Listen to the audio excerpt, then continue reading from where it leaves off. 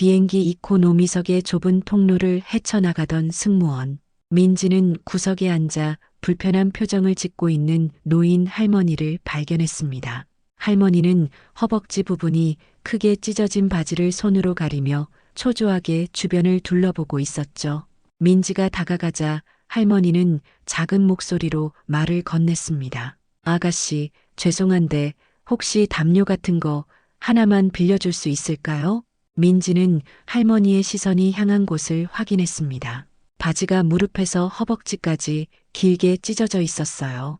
할머니의 얼굴에는 당혹감과 부끄러움이 뒤섞여 있었습니다. 할머니, 무슨 일 있으셨어요? 공항으로 가는 길에 넘어져서 바지가 찢어졌네.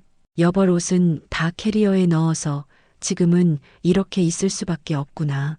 민지는 할머니의 곤란한 상황을 단번에 이해했습니다. 장시간 비행 동안 찢어진 바지를 그대로 입고 있어야 한다는 것은 분명 불편할 테니까요. 주변의 승객들이 힐끔거리며 쳐다보는 시선도 느껴졌습니다. 할머니의 불편함이 더해질 수밖에 없는 상황이었죠. 민지는 잠시 생각하더니 밝은 표정으로 말했습니다. 할머니, 잠시만 기다려주세요. 제가 도와드릴 수 있을 것 같아요. 민지는 재빨리 승무원 구역으로 향했습니다.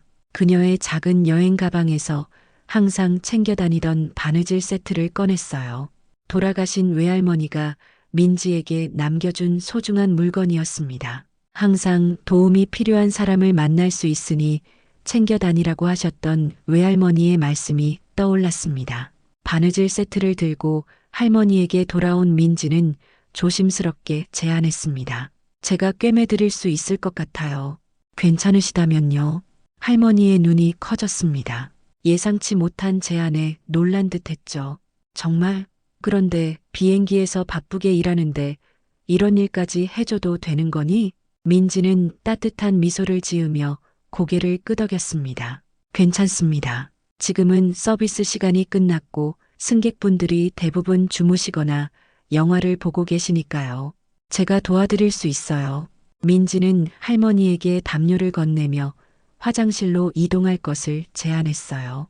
화장실에서 바지를 벗으면 그곳에서 수선해 드리겠다고 했죠. 하지만 할머니는 머뭇거렸습니다. 내가 움직이기가 좀 불편하구나. 혹시 여기서 해줄 수는 없을까? 민지는 잠시 고민했습니다. 승객들의 시선이 있었지만 할머니의 불편함을 먼저 생각했어요. 알겠습니다. 담요로 가려드릴게요. 제가 최대한 빨리 해드릴게요. 민지는 담요로 할머니의 다리를 가린 채 바늘에 실을 꿰었습니다. 섬세한 손놀림으로 할머니의 바지를 꿰매기 시작했어요. 바느질을 하는 동안 민지의 얼굴에는 진지함이 깃들었습니다. 어릴 적 외할머니에게 배웠던 바느질 솜씨가 이런 곳에서 쓰일 줄은 몰랐죠. 젊은 아가씨가 바느질을 참 잘하네. 요즘 젊은이들은 이런 걸 잘 못한다던데. 민지는 부드럽게 웃으며 대답했습니다. 제 외할머니께서 가르쳐 주셨어요. 항상 손재주가 있어야 산다고 하셨거든요. 할머니의 눈에 따뜻한 기색이 돌았습니다. 현명한 할머니셨네. 내 손녀딸도 있었는데. 할머니의 목소리가 갑자기 작아졌습니다. 뭔가 말하려다 그만둔 듯 했어요. 민지는 그 순간을 놓치지 않고 정성껏 바지를 꿰매는데 집중했습니다. 마침내 작업을 마치고 실을 깔끔하게 정리했어요. 다 됐습니다, 할머니. 임시 방편이지만 목적지에 도착할 때까지는 충분할 거예요. 할머니는 민지가 꿰맨 부분을 살펴보고는 감탄했습니다. 아이고, 정말 솜씨가 좋구나. 이렇게 깔끔하게 해주다니. 고맙다, 정말 고맙구나. 그 순간 민지의 마음속에 따뜻한 기쁨이 번졌습니다. 작은 도움이었지만 누군가에게 필요한 순간에 도움을 줄 수 있다는 것이 얼마나 값진 일인지 새삼 느꼈습니다. 할머니의 손이 민지의 손을 따뜻하게 감쌌습니다. 그 순간 민지의 마음속에서 오래된 기억 하나가 떠올랐어요. 돌아가신 외할머니가 그녀의 손을 잡아주던 그 감촉이었습니다. 민지는 문득 코끝이 찡해지는 것을 느꼈죠. 정말 고맙구나. 내 이름이 뭐니? 민지라고 합니다. 강민지고요. 할머니는 그 이름을 듣자 잠시 눈을 크게 떴습니다. 뭔가 떠오른 듯한 표정이었지만 이내 부드러운 미소로 바뀌었어요. 민지, 참 예쁜 이름이구나. 나는 김여사라고 불러주렴. 민지는 공손하게 고개를 숙이며 미소 지었습니다. 할머니의 옆자리가 비어 있는 것을 발견하고는 잠시 앉아도 되겠냐고 물었죠.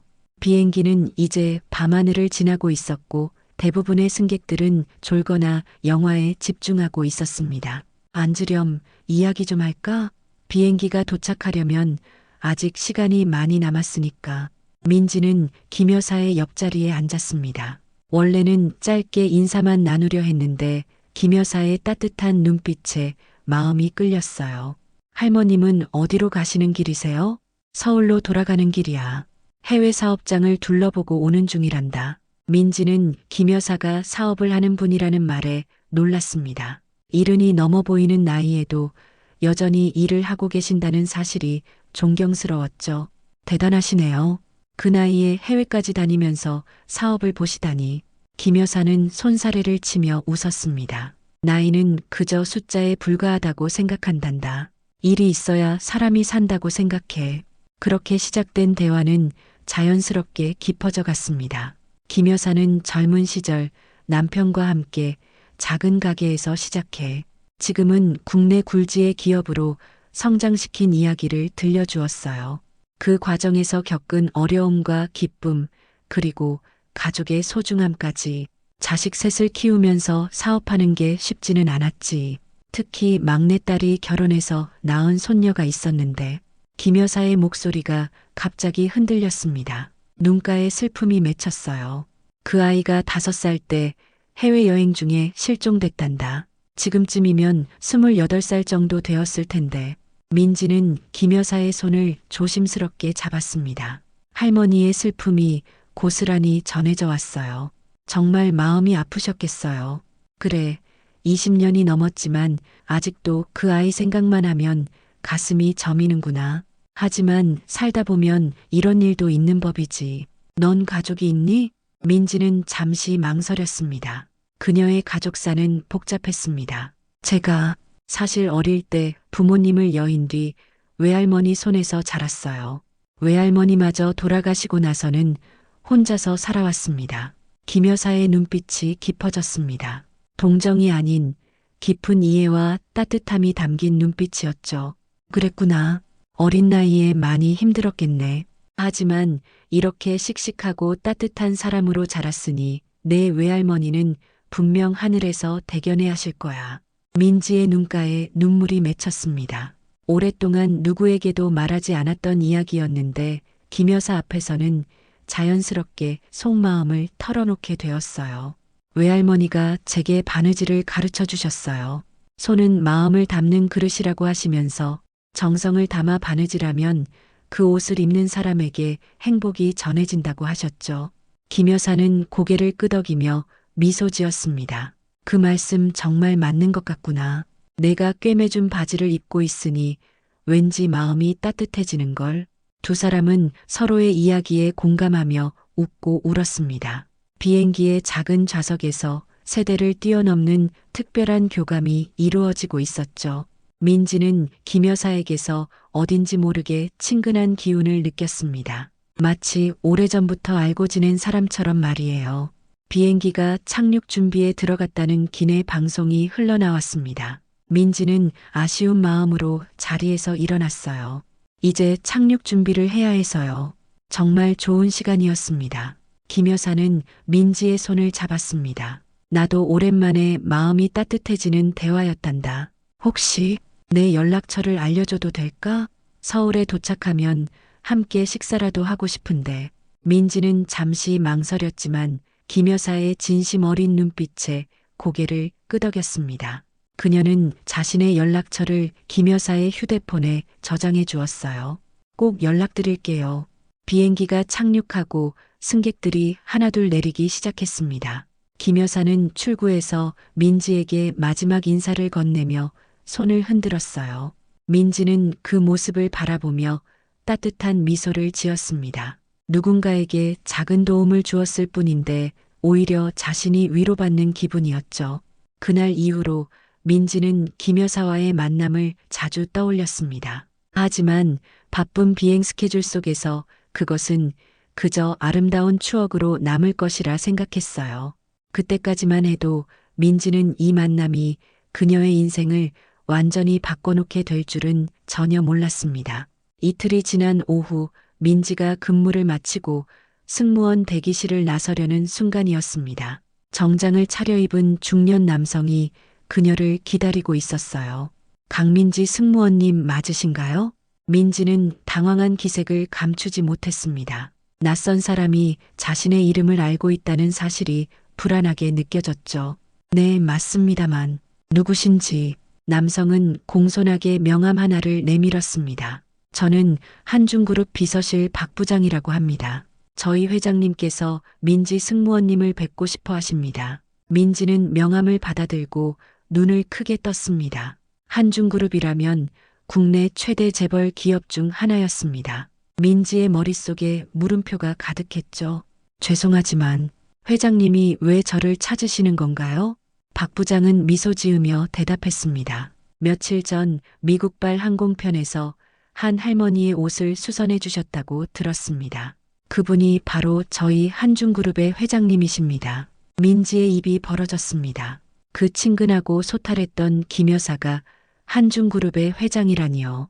한중그룹은 국내 굴지의 대기업으로 신문 경제면을 장식하는 거대 기업이었습니다. 김 여사님이 한중그룹 회장님이셨다고요? 네, 강 여사님이십니다. 김강여 회장님께서 민지 승무원님의 친절에 크게 감동하셨다고 합니다. 지금 저희 차로 모시고 가면 회장님을 만나보실 수 있을까요? 민지는 잠시 망설였습니다. 갑작스러운 제안에 어떻게 대응해야 할지 몰랐어요.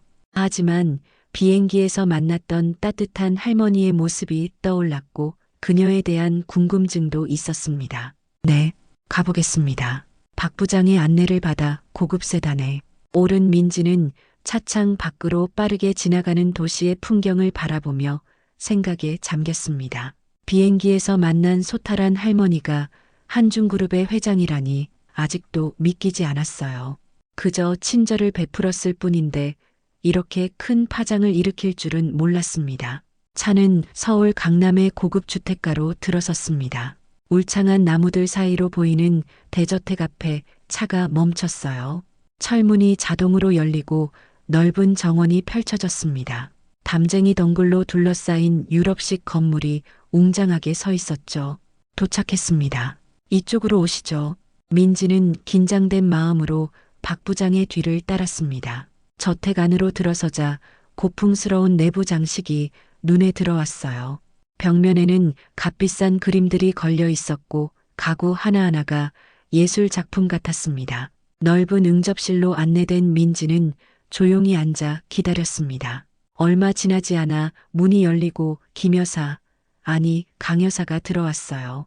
비행기에서 만났을 때와는 달리 우아한 한복을 차려입고 있었지만 따뜻한 미소는 그대로였습니다. 왔구나, 민지야. 이렇게 초대해서 놀랐지? 민지는 황급히 일어나 인사했습니다. 안녕하세요 아니 회장님. 강 여사는 웃으며 손을 저었습니다. 회장님이라니 그냥 편하게 할머니라고 불러도 된단다. 비행기에서처럼. 민지의 긴장이 조금 풀어졌습니다. 강 여사는 차를 가져오라고 지시한 뒤 민지의 맞은편에 앉았어요. 많이 놀랐지? 내가 일부러 신분을 숨기고 다니는 건 아니란다. 다만 비행기에서는 그냥 평범한 할머니로 대해주는 게 더 편하더구나. 민지는 고개를 끄덕였습니다. 이해가 되었죠. 회장님께서 저를 찾아오신 이유가 있으신가요? 강 여사의 눈빛이 깊어졌습니다. 우선은 그날 내게 베풀어준 친절에 제대로 감사 인사를 하고 싶었단다. 요즘 같은 세상에 이해관계 없이 순수하게 남을 돕는 사람이 얼마나 되겠니? 차가 나왔고 두 사람은 잠시 차를 마시며 이야기를 나눴습니다. 강 여사는 민지에게 그간의 생활에 대해 물었고 민지는 조금씩 마음을 열고 자신의 이야기를 들려주었어요. 외할머니가 돌아가신 후 혼자서 대학을 졸업하고 승무원이 된 과정, 그리고 종종 느끼는 외로움까지. 참 대단한 아이구나. 그 모든 역경을 이겨내고 이렇게 밝고 따뜻한 사람으로 자랐으니 대화를 나누는 동안 민지는 강 여사가 자신을 유독 깊이 들여다보는 것을 느꼈습니다. 마치 무언가를 찾는 듯한 눈빛이었어요. 혹시 내 생일이 언제니? 민지는 의아했지만 대답했습니다. 8월 15일입니다. 강 여사의 손에서 찻잔이 흔들렸습니다. 놀란 듯한 표정이 스쳐 지나갔어요. 그렇구나. 그리고 부모님은 어떻게 돌아가셨니? 민지는 슬픈 기억을 떠올리며 목소리를 낮췄습니다. 10살 때였어요. 부모님께서 해외여행 중에 사고로, 그 후로 외할머니께서 저를 키워주셨습니다. 강 여사의 얼굴이 창백해졌습니다. 그녀는 무언가 말하려다 그만두고 깊게 숨을 들이쉬었어요. 민지야, 너무 많은 질문을 해서 미안하구나. 단지 내가 내 손녀와 비슷한 점이 많아서 그래. 민지는 강 여사가 비행기에서 언급했던 실종된 손녀 이야기를 떠올렸습니다. 그래서 자신에게 특별한 관심을 보이는 것인가 싶었죠. 대화를 마친 뒤 강 여사는 민지에게 앞으로도 종종 만나자고 제안했습니다. 민지는 기꺼이 수락했어요. 집으로 돌아가는 차 안에서 민지는 오늘의 이상한 만남에 대해 생각했습니다. 부잣집 회장님이 자신 같은 평범한 승무원에게 왜 이런 관심을 보이는지 의아했지만 한편으로는 강 여사의 따뜻함이 그리웠던 가족의 정을 느끼게 해주었습니다. 그날 이후 민지의 삶은 조금씩 달라지기 시작했습니다. 강 여사는 틈날 때마다 민지를 초대해 식사를 함께하고 때로는 값비싼 선물을 건네기도 했죠. 처음에는 부담스러웠지만 민지는 점차 강 여사의 진심 어린 애정을 느낄 수 있었습니다. 그리고 그녀 역시 강 여사에게 특별한 정을 느끼고 있었어요. 한 달이 지난 어느 토요일 민지는 다시 강 여사의 저택을 방문했습니다. 이제는 익숙해진 길이었지만 여전히 이 웅장한 집에 들어설 때마다 마음이 설렜습니다. 정원사가 가꾸는 장미들이 만개한 정원을 지나 현관에 들어서자 집사가 공손히 맞이했습니다. 민지님, 오늘은 회장님께서 특별히 기다리고 계십니다. 서재로 안내해 드리겠습니다. 서재라니 조금 의아했지만 민지는 집사를 따라갔습니다. 그동안 여러 차례 방문했지만 서재는 처음이었어요. 그곳은 저택의 가장 깊숙한 곳에 자리한 방이었습니다. 무거운 나무 문이 열리고 민지가 들어서자 강 여사는 창가에 서서 무언가를 바라보고 있었습니다. 벽면을 가득 채운 책장들과 오래된 가죽 소파, 그리고 빛바랜 사진들이 놓인 탁자가 눈에 들어왔죠. 앉으렴, 민지야. 강 여사의 목소리에는 평소와 다른 무게감이 느껴졌습니다. 민지는 조용히 소파에 앉았어요. 강 여사는 서랍에서 낡은 앨범 하나를 꺼내 민지 앞에 놓았습니다. 오늘은 특별한 이야기를 하고 싶어서 널 불렀단다. 민지는 궁금한 마음으로 앨범을 바라보았습니다. 강 여사가 천천히 앨범을 펼쳤어요. 그 안에는 한 가족의 오래된 사진들이 담겨 있었습니다. 이건 내 막내딸 가족이란다. 그리고 이 아이가 강 여사의 손가락이 5살 정도로 보이는 소녀의 사진을 가리켰습니다. 밝게 웃고 있는 소녀의 모습은 어딘지 모르게 민지와 닮아 있었어요. 내 손녀 한지민이란다. 20년 전에 부모와 함께 해외여행을 갔다가 행방불명된 아이지.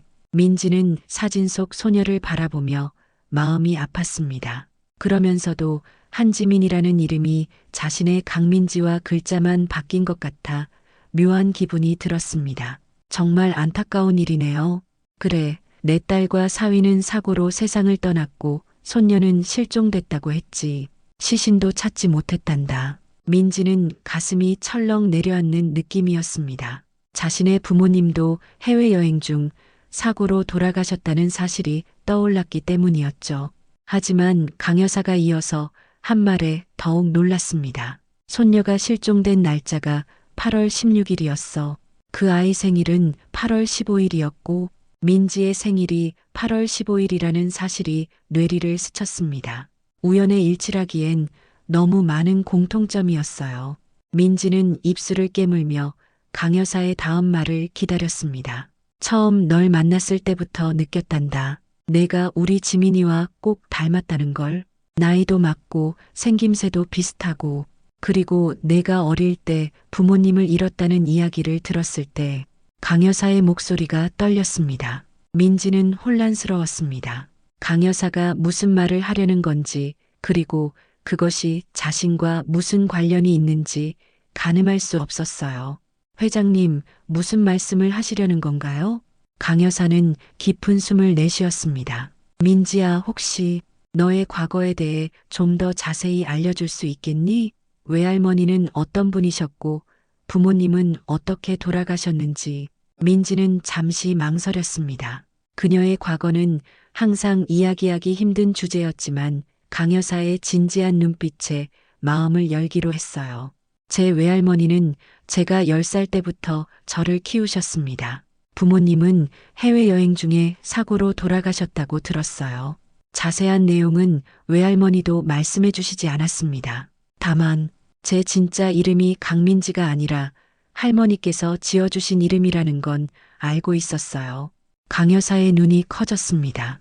그럼 내 원래 이름은 뭐였니? 기억이 잘 나지 않아요. 너무 어렸을 때라. 뭐 그런 발음이었던 것 같은데.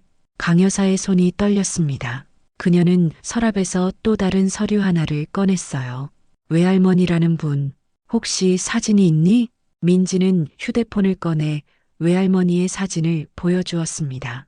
강 여사는 그 사진을 보고 한동안 말을 잇지 못했어요.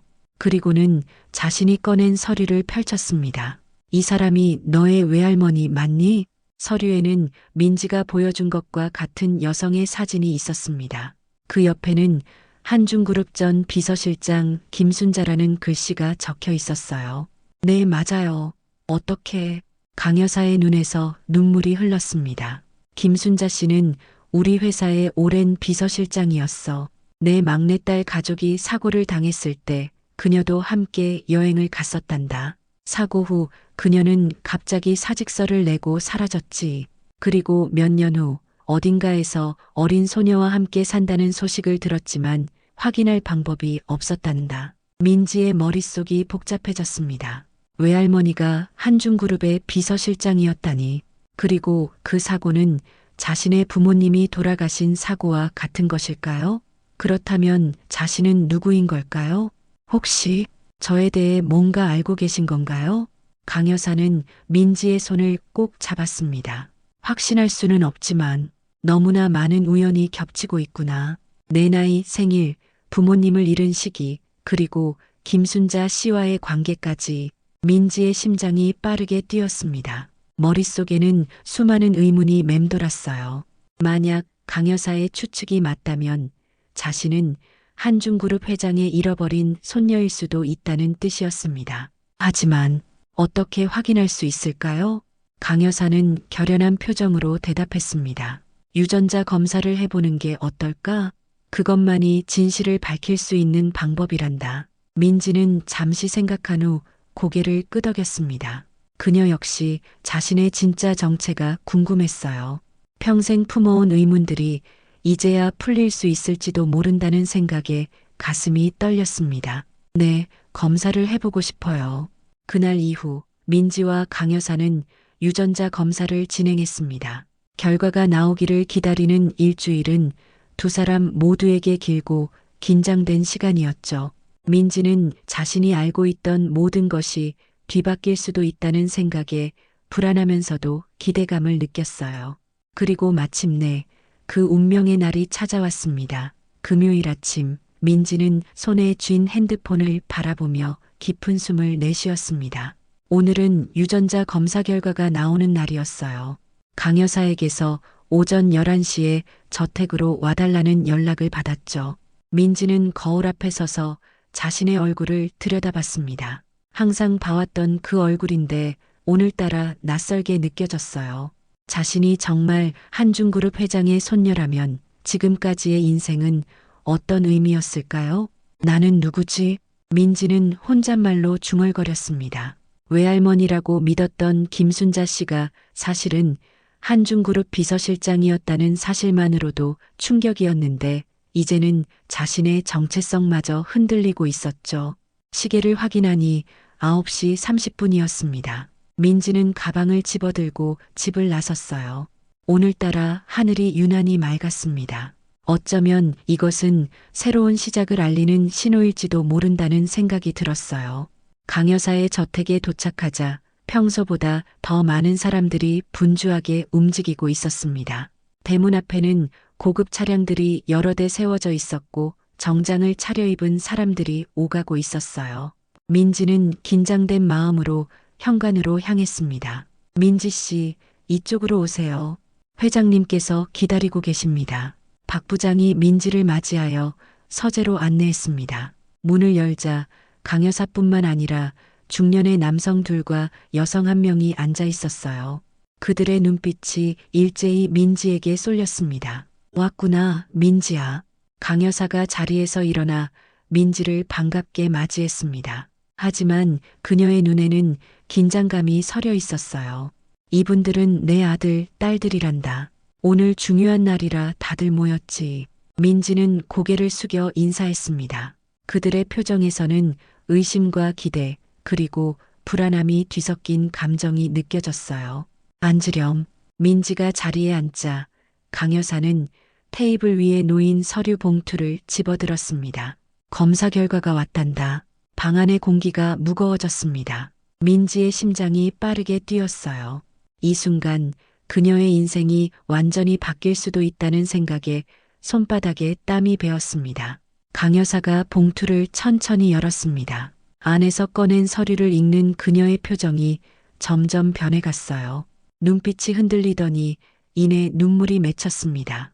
일치한다. 99.8% 일치해. 방 안의 모든 사람들이 숨을 멈췄습니다. 강 여사의 아들이 서류를 건네받아 확인한 후 놀란 표정으로 고개를 끄덕였죠. 민지야, 너는 정말 우리 지민이었구나. 강 여사의 목소리가 떨렸습니다. 민지는 그 말의 의미를 완전히 받아들이기까지 몇 초가 더 필요했습니다. 자신이 20년간 잃어버렸던 한중그룹 회장의 손녀라니 현실 같지 않은 이야기였어요. 그럼 제 부모님은, 그래, 내 부모님은 내 막내딸과 사위였단다. 하와이 여행 중에 보트 사고가 있었지. 내 부모님은 그 자리에서 돌아가셨고 너는 실종됐다고 했어. 강 여사의 아들이 말을 이었습니다. 김순자 씨가 실종 당시 함께 있었습니다. 그녀는 당신을 구해서 데려간 것 같아요. 아마도 혼란 속에서 혹은 다른 이유로 당신의 정체를 숨기고 키웠던 것 같습니다. 민지의 머릿속에 어린 시절 기억들이 파편처럼 스쳐 지나갔습니다. 바다, 비명소리, 그리고 누군가의 따뜻한 품. 그동안 꿈속에서만 보았던 그 장면들이 실제 기억이었단 말인가요? 외할머니, 아니, 김순자 씨는 왜 저에게 진실을 말해주지 않은 걸까요? 강 여사는 깊은 한숨을 내쉬었습니다. 그건 우리도 알 수 없는 일이야. 어쩌면 너를 보호하고 싶었던 것일 수도 있고 혹은 자신의 죄책감 때문일 수도 있지. 하지만 그녀가 너를 사랑했다는 건 분명해 보이는구나. 민지는 혼란스러운 감정에 휩싸였습니다. 그녀의 전 인생이 거짓 위에 세워진 것 같은 느낌이었어요. 하지만 동시에 그동안 품어왔던 자신의 뿌리에 대한 의문이 드디어 풀리는 순간이기도 했습니다. 그럼 제 진짜 이름은 한지민. 한중그룹 창업자인 내 남편의 성을 따서 한이고 땅지에 민첩할 민을 써서 지민이란다. 내 부모님이 너를 얼마나 사랑했는지 알 수 있는 이름이지. 민지, 아니, 이제는 지민의 눈에서 눈물이 흘렀습니다. 그녀는 자신도 모르게 일어나 강 여사, 이제는 친할머니에게 다가갔어요. 강 여사가 팔을 벌리자 지민은 그 품에 안겼습니다. 할머니, 그 한마디에 오랜 세월의 그리움과 상실감이 담겨 있었습니다. 강 여사도 눈물을 흘리며 손녀를 꼭 안았어요. 방 안의 다른 가족들도 하나둘 다가와 그들을 감싸 안았습니다. 이제 우리 가족이 다시 하나가 되었구나. 감격의 순간이 지나고 지민은 천천히 자신의 새로운 가족들을 바라보았습니다. 강 여사의 첫째 아들인 회장님, 둘째 아들인 부회장님, 그리고 첫째 딸인 이사님까지 그들은 모두 지민을 향해 따뜻한 미소를 지었어요.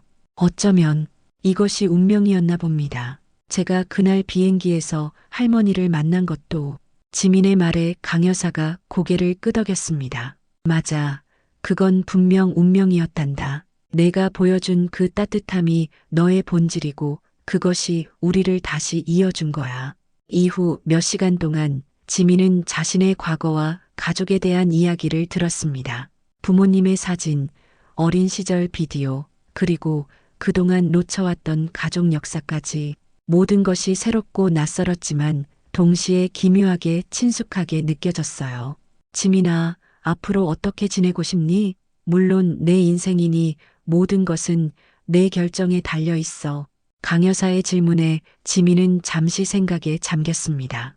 갑작스러운 변화에 적응하는 것은 쉽지 않을 터였습니다. 하지만 이제 그녀에게는 돌아갈 가족이 생겼습니다. 천천히 알아가고 싶어요. 물론 승무원 일은 계속하고 싶고요. 그 일이 저를 지금의 저로 만들어 주었으니까요. 강 여사는 이해한다는 듯 미소 지었습니다. 내 결정을 존중한단다. 우리는 너를 기다릴게. 그날 저녁 한중그룹 저택에서는 특별한 가족 식사가 열렸습니다. 테이블 주변에는 강 여사와 그녀의 자녀들, 그리고 새롭게 찾은 손녀 지민이 둘러앉았어요. 와인 잔이 부딪히는 소리와 함께 축하의 인사가 오갔습니다. 우리 지민이의 귀환을 축하하며 이틀이 지난 월요일 아침 지민은 여전히 승무원 유니폼을 입고 공항으로 향했습니다. 가족을 되찾았다는 사실이 아직도 꿈만 같았지만 그녀는 평소처럼 일상을 이어가기로 했어요. 그것이 변화에 적응하는 가장 좋은 방법이라고 생각했기 때문입니다. 공항 로비에 들어서자 동료 승무원들이 평소와 다름없이 그녀를 맞이했습니다. 아직 아무도 그녀가 한중그룹의 상속녀라는 사실을 알지 못했죠. 강 여사와 가족들은 지민이 원할 때 공개하기로 약속했기 때문입니다. 민지야, 오늘도 미국행이지? 비행 준비는 다 됐어? 동료의 질문에 지민은 잠시 자신의 이름을 듣고 어색함을 느꼈습니다. 이제는 한지민이라는 이름을 되찾았지만 세상은 여전히 그녀를 강민지로 알고 있었죠. 응, 다 준비됐어. 그런데 앞으로는 나를 지민이라고 불러줄래? 동료는 의아한 표정을 지었습니다. 갑자기 이름을 바꾸는 거야? 지민은 미소를 지으며 간단히 설명했습니다. 사실 강민지는 내 본명이 아니었어. 긴 이야기인데 나중에 천천히 들려줄게. 그렇게 그녀는 조금씩 자신의 진짜 정체성을 받아들이기 시작했습니다. 비행기에 탑승해 업무를 시작하는 동안에도 그녀의 마음은 새로운 가족과 함께했던 시간으로 가득 차 있었어요. 비행 중 한 노인 승객이 도움을 요청했습니다. 지민은 미소를 지으며 친절하게 대응했어요. 그 순간 문득 깨달았습니다. 자신이 한중그룹의 상속녀가 되었다 해도 이렇게 사람들을 돕는 일은 계속하고 싶다는 것을. 괜찮으세요? 제가 도와드릴게요. 지민의 따뜻한 말에 노인은 감사함을 표했습니다. 그 모습을 보며 지민은 자신의 본질은 변하지 않았다는 것을 느꼈어요. 외할머니, 아니, 김순자 씨가 가르쳐준 따뜻함과 배려는 여전히 그녀의 일부였습니다. 비행을 마치고 돌아온 지민은 강 여사의 초대로 다시 저택을 방문했습니다. 이번에는 법률팀과 함께하는 자리였어요. 상속과 관련된 복잡한 절차들이 기다리고 있었죠. 지민아, 이건 급할 것 없단다. 내가 준비될 때까지 천천히 진행하면 돼. 강 여사의 배려에 지민은 고마운 마음이 들었습니다. 하지만 동시에 머릿속에는 여전히 풀리지 않는 의문이 있었어요. 김순자 씨, 그러니까 외할머니가 왜 자신의 정체를 숨겼는지에 대한 의문이었습니다. 할머니, 김순자 씨의 집에 가보고 싶어요. 혹시 단서가 있을지도 모르니까요. 강 여사는 잠시 생각하더니 고개를 끄덕였습니다. 그래, 함께 가보자. 다음 날 지민과 강 여사는 김순자 씨가 살았던 작은 아파트를 방문했습니다. 지민이 줄곧 집이라고 생각했던 그곳이었죠. 문을 열고 들어서자 익숙한 공간이 그녀를 반겼습니다. 하지만 이제는 다른 시선으로 보게 되었어요. 외할머니는 항상 검소하게 사셨어요. 지금 생각해보면 그분은 저를 위해 모든 것을 희생하셨던 것 같아요. 강 여사는 조용히 방 안을 둘러보았습니다. 그녀의 눈에도 김순자를 향한 존경의 빛이 어렸어요. 김순자 씨는 내게 20년 넘게 충실했던 직원이었어. 그녀가 왜 이런 선택을 했는지 이해하기 어렵지만 내가 잘 자랐다는 것만은 틀림없구나.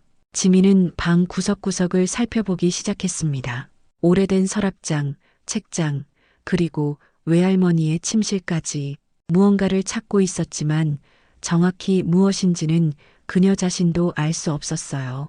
침실 옷장 깊숙한 곳에서 낡은 상자 하나를 발견했습니다. 지민은 조심스럽게 그것을 꺼내 열었어요. 안에는 오래된 편지들과 사진, 그리고 일기장이 들어 있었습니다. 이건 지민은 떨리는 손으로 일기장을 펼쳤습니다. 첫 페이지에는 20년 전 날짜가 적혀 있었어요. 오늘 하와이에서 끔찍한 사고가 있었다. 사장님 내외는 즉시 돌아가셨고 지민이는 실종되었다.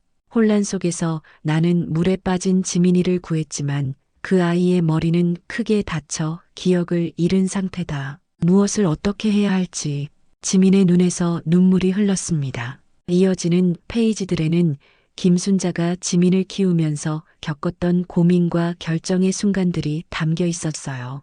지민이를 회사에 데려가려 했지만 그 아이가 강 회장님 가족임을 밝히면 엄청난 혼란이 올 것이다.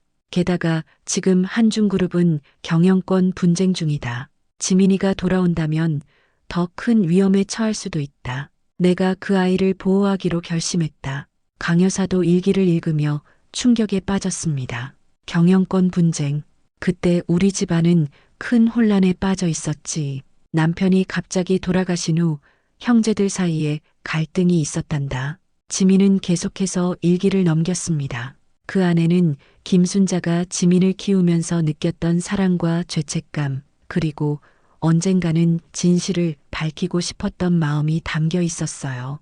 마지막 페이지에는 김순자의 마지막 심정이 적혀 있었습니다. 이제 내 병이 깊어져 얼마 남지 않았다. 지민이에게 진실을 알려야 할까? 하지만 그 아이는 이미 강민지로서의 삶을 살고 있다. 갑작스러운 진실이 그 아이를 더 혼란스럽게 할까 두렵다. 언젠가 지민이가 자신의 뿌리를 찾아갈 때 이 일기가 도움이 되길 바란다. 나의 선택이 옳았는지는 알 수 없지만 지민이를 사랑했다는 것만은 진실이다. 지민은 일기장을 가슴에 안고 흐느꼈습니다. 그동안 외할머니에게 느꼈던 사랑이 가짜가 아니었다는 사실에 위안을 얻으면서도 숨겨졌던 진실에 대한 복잡한 감정이 교차했어요. 강 여사는 지민의 어깨를 토닥이며 말했습니다. 김순자 씨는 너를 진심으로 사랑했던 것 같구나.